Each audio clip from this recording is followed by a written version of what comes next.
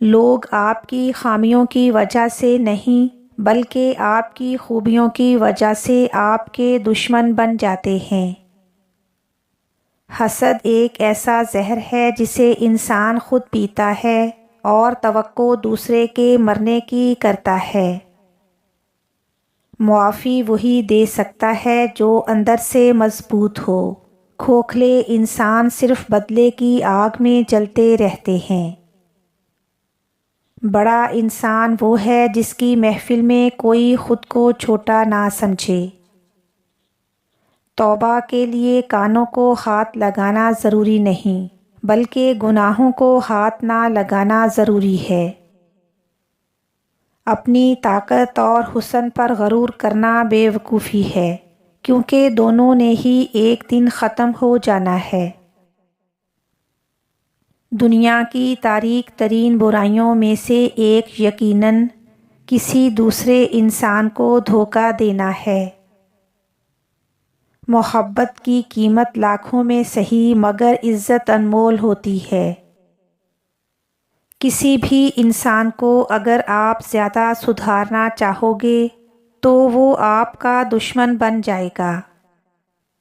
بھروسہ سب پر کرو لیکن خیال سے، کیونکہ کبھی کبھی خود کے دانت ہی زبان کو کاٹ لیتے ہیں۔ اگر دل کے اندر غلط فہمی زیادہ دیر رہے تو بدگمانی کو جنم دیتی ہے اور بدگمانی فاصلوں کا باعث بنتی ہے۔ جب آپ کو ہر دوسرا شخص دشمن لگنے لگے تو ایسی صورتحال میں اصل دشمن باہر نہیں بلکہ آپ کے اندر ہوتا ہے اور وہ آپ کی منفی سوچ ہے۔ ہر وہ چیز جو بانٹی جائے بڑھتی ہے۔ لوگ عزت اور محبت کا تقاضا کرتے ہیں، حالانکہ اس تقاضے سے پہلے آپ کو بے غرض ہو کر عزت اور محبت بانٹنا چاہیے۔ آسانیوں کی تلاش ضرور کریں، لیکن ان آسانیوں میں دوسروں کو بھی شریک کریں۔ اس طرح اللہ تعالیٰ آپ کو ہمیشہ آسانیوں میں ہی رکھے گا۔ خوش اخلاقی میں کسی پر سبقت لے جانا سب سے بڑی فتح ہے۔ ہمارا زوال دیکھنے کے منتظر کوئی غیر نہیں بلکہ ہمارے اپنے ہوتے ہیں۔ اس آنکھ سے بچو جو تیزی سے برائی کو دیکھتی ہے اور اچھائی کو دیکھنے میں سستی کرتی ہے۔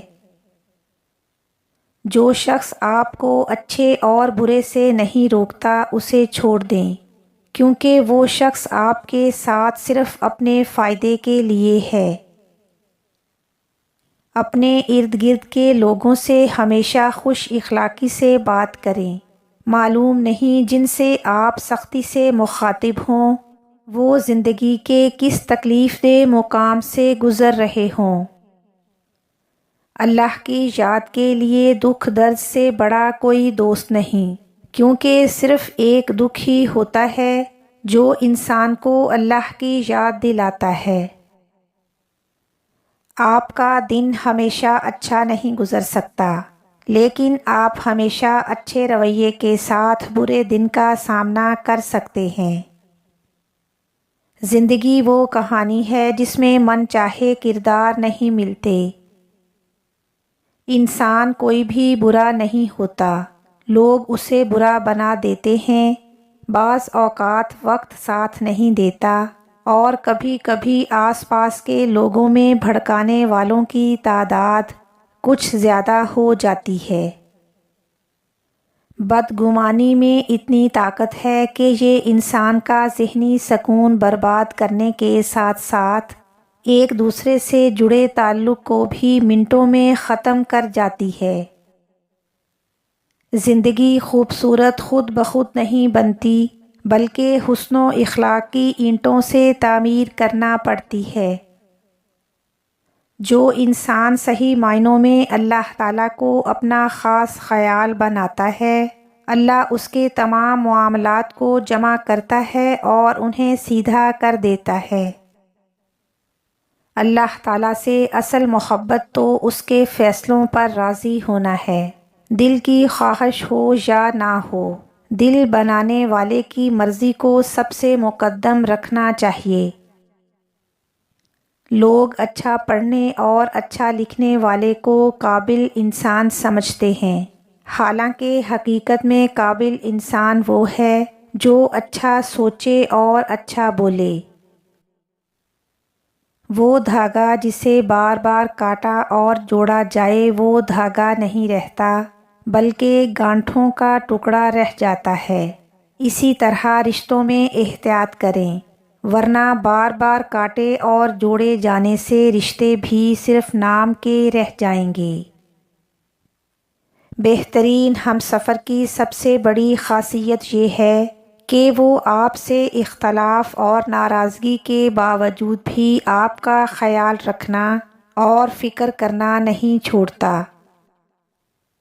نصیب اور قسمت دونوں ہی اللہ تعالیٰ کے ہاتھ میں ہیں، تو انسان کے لیے یہی بہتر ہے کہ اسے جو چاہیے صرف اور صرف اللہ تعالیٰ سے مانگے۔ بے شک میرا رب ہر شے پر قادر ہے۔ کبھی کبھی نہ ہم محبت ختم کرنا چاہتے ہیں، نہ ہی اس شخص سے دور جانا چاہتے ہیں، بلکہ ہم اس لیے رابطہ ختم کر دیتے ہیں کیونکہ ہم توجہ کی بھیک مانگ مانگ کر تھک جاتے ہیں۔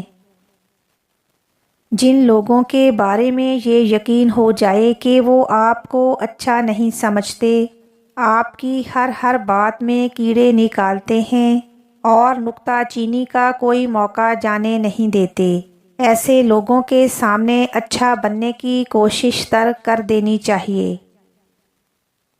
بے شک جو لوگ ناحق یتیموں کا مال کھا جاتے ہیں وہ در حقیقت اپنے پیٹ میں آگ بھر رہے ہیں۔ استاد سے علم سیکھو، باپ سے مشکلوں سے لڑنا سیکھو، ماں سے تربیت سیکھو اور باقی جو بھی بچا ہے وہ یہ دنیا سکھا دے گی۔ سمندر کا پورا پانی کشتی کو نہیں ڈبو سکتا جب تک کہ کشتی میں داخل نہ ہو جائے، اسی طرح پوری دنیا کی برائی آپ کو نقصان نہیں پہنچا سکتی جب تک کہ آپ کے ذہن اور روح پر اثر انداز نہ ہو۔ بغیر لڑے دشمن کی طاقت کو کمزور کرنے کے دو بہترین طریقے اختیار کریں۔ نمبر 1، دشمن چاہے جتنی بھی کوشش کرے، اگر آپ کی ساکھ اچھی ہو اور لوگ آپ پر اعتماد کریں تو دشمن کی باتیں بے اثر ہو جاتی ہیں۔ آپ اپنے اچھے عمل اور رویے سے لوگوں کے دل جیت سکتے ہیں۔ نمبر 2، جب آپ دشمن کی چالاکیوں کو اہمیت دینا چھوڑ دیتے ہیں اور اسے اس کے حال پر چھوڑ دیتے ہیں تو وہ خود ہی اپنی الجھنوں میں پھنس جاتا ہے۔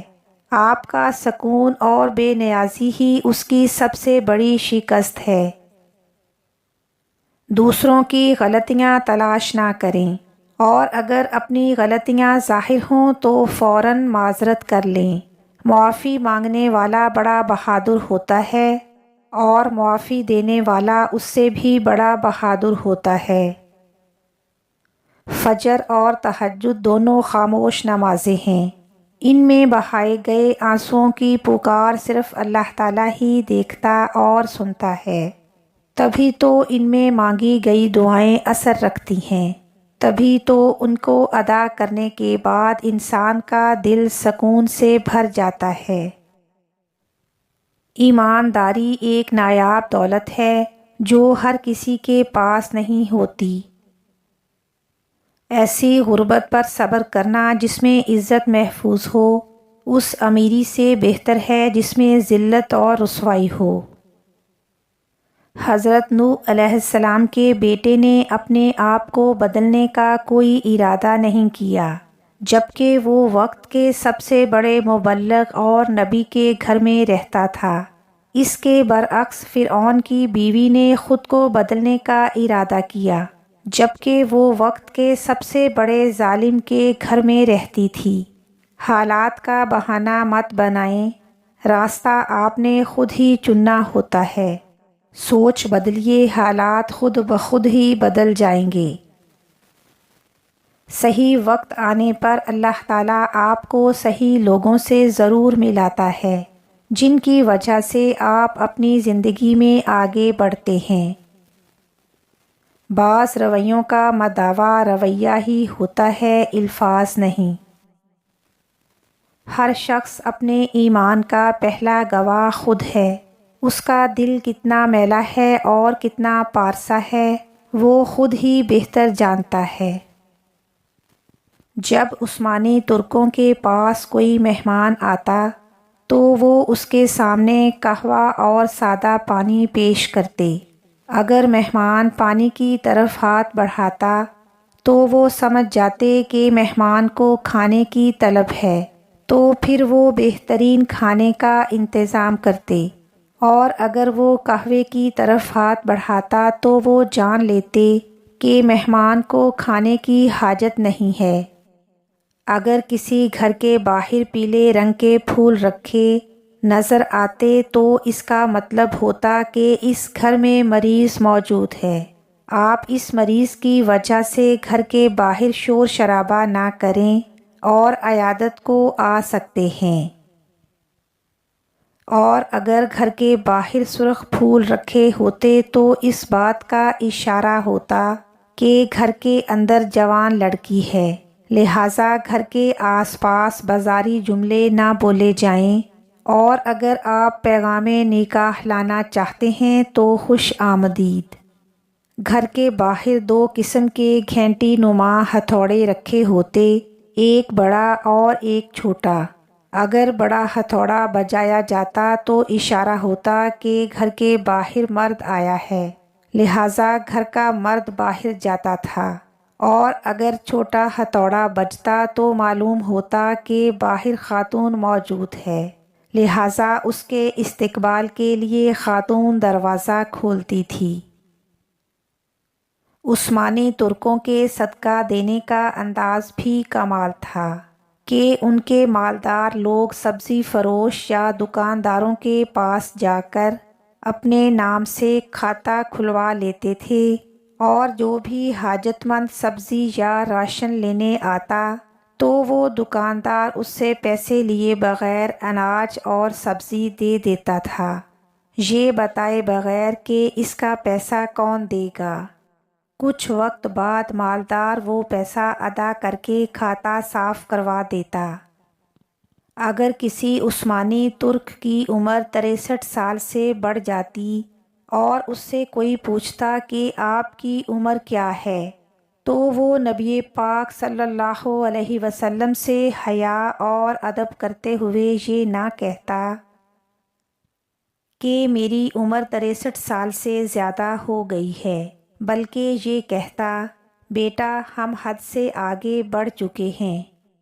کیسا ادب تھا، کیسا عشق تھا ان لوگوں کا، کیسی بہترین عادات تھیں ان لوگوں کی۔ یہی وجہ تھی کہ عالم کفر نے سلطنت عثمانیہ کے غداروں سے مل کر سلطنت عثمانیہ کے ٹکڑے کروا ڈالے۔ میرا دل چاہتا ہے کہ اس تحریر کو میں ہر مسلمان تک پہنچاؤں، تاکہ تمام مسلمان اپنی تاریخ کو پڑھیں اور پھر سے یہ اصول اپنائیں۔ انشاءاللہ اللہ پاک، اللہ کریم ہم سب کو سیدھے راستے پر چلنے کی توفیق عطا فرمائے، آمین ثم آمین۔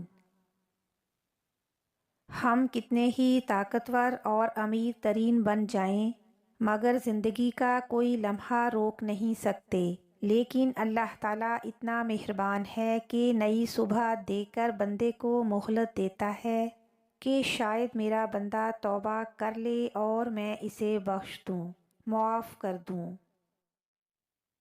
اور آخر میں میری دعا ہے کہ اے اللہ کریم، مجھے لوگوں کی حقیقتیں نہ دکھا کہ ان سے فقط میرا دل جلتا ہے، مجھے خاموشی سے میری لا علمی میں ان کے شر سے محفوظ فرما، آمین ثم آمین، یا رب العالمین، یا ارحم الراحمین۔